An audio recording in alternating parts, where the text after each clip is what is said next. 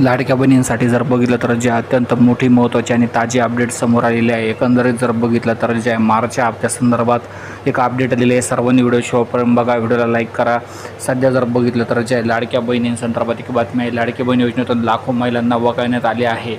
लाडकी बहीण योजनेच्या निकषामध्ये पात्र नसल्याने अनेक महिलांचे लाभ बंद करण्यात आले आहे। एकंदरीत जर बघितलं तर जे KYC करणे अनिवार्य आहे आणि जवळपास 40 दिवसांचा कालावधी सरकारने वाढवून दिलेला होता। आता 30 एप्रिलपर्यंत KYC तुम्हाला करायची आहे। ज्यांची KYC बाकी असेल त्यांनी आता मार्चचा हप्ता जर बघितला तर वरिष्ठ पातळीवरील एका अधिकाऱ्याने सांगितलं की जे मार्चच्या हप्त्यासंदर्भातील कारवाई सध्या सुरू होण्याची शक्यता आहे। लवकरात लवकर जे आहे या संदर्भात GR सुद्धा शासन निर्गमित करू शकतं। सध्या त्या संदर्भाच्या चर्चा चालू आहे। लाडक्या बहिणींना लवकरात लवकर आता मार्चचा हप्तासुद्धा पुढील काही दिवसामध्ये मिळण्याची शक्यता आहे। मात्र बऱ्याच लाडक्या बहिणींना अपात्र केलेलं आहे आणि अपात्र झाल्यामुळे त्यांना मागचे 2 हप्ते मिळालेले नाही। धन्यवाद सर्वांचे, आपण हा व्हिडिओ शेवटपर्यंत बघितल्याबद्दल।